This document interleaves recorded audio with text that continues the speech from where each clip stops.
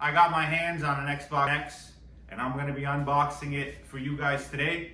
In later videos, I'm going to be disassembling this thing down to the motherboard. I'm going to be taking everything out and showing you guys how repairable the Xbox Series X is. This video today is brought to you by our Fastech Pro Toolkit, which includes all the bits that you need to disassemble your Xbox One Series X or any other electronic device. So let's get started. There's a seal on each side. There's one here, there's one here. They're pull tabs. Just pull on them. And there's another one here.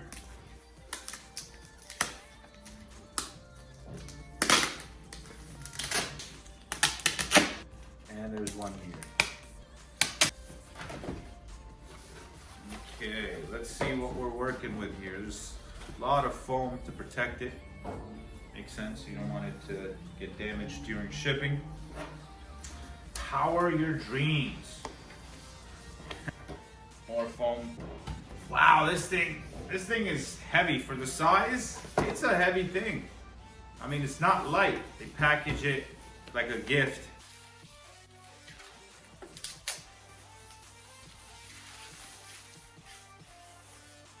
There it is, ladies and gentlemen, the Xbox Series X.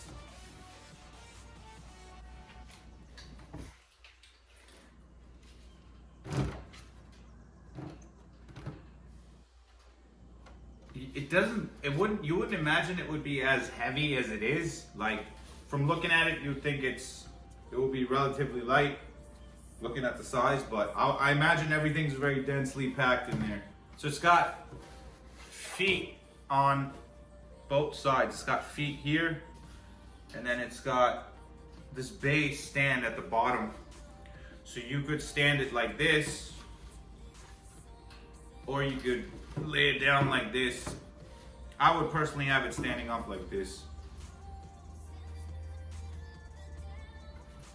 So at the back we got, you know, your standard power port, your HDMI out, no more HDMI in. Like the older Xbox Ones, that was a useless feature, nobody ever used it. There's a storage expansion slot. So the new Xbox is gonna have expandable storage, which is gonna be proprietary, unlike with the PlayStation 5, in which you're gonna be able to put any M.2 SSD. With the Xbox, it's going to be a proprietary Microsoft unit, so expect to pay a little bit more for that extra storage if you want to upgrade your storage later on. And it's got two USB ports, 3.1 I would imagine. I haven't looked up the specs, but I would imagine it'd be that. Ethernet port, and your standard two-prong power cord. I'm glad to see that none of these new consoles have an external power brick, because that's messy and it's kind of a nuisance. At the front, we got the power button, which is the Xbox logo. We got a USB port at the front, a pair button, and a disk drive reader.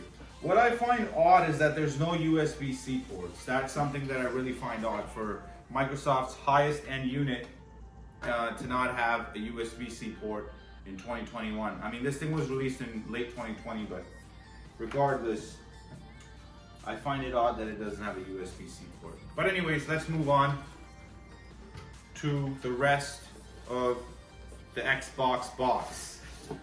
All right, there's this box in here, which I imagine has the controllers, or the controller and cables in it. Controller, and it's the new but basically the same Xbox One controller that they've slightly upgraded.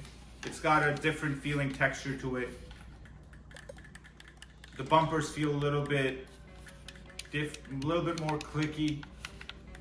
There's a rubberized feel on the triggers, but otherwise it looks basically the same. Which I'm a little bit disappointed about, because when you're getting a new console, historically you've always gotten a new controller.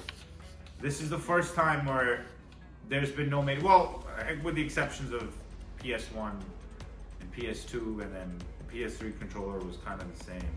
But I digress. Usually you get a new controller, but not this time around. And what I also find really odd is that they're still using AA batteries in 2021. They should really be giving out rechargeable batteries at this point.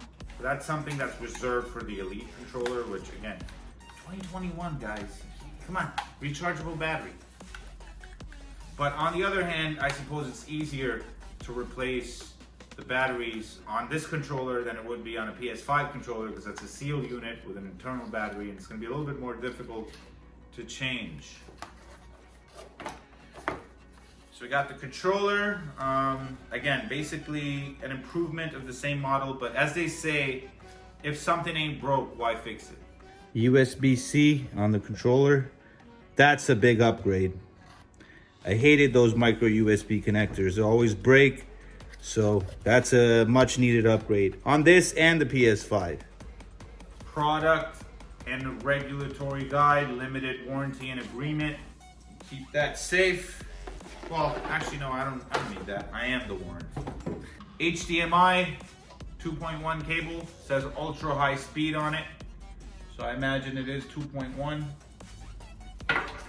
Your standard power, 2-prong power cable.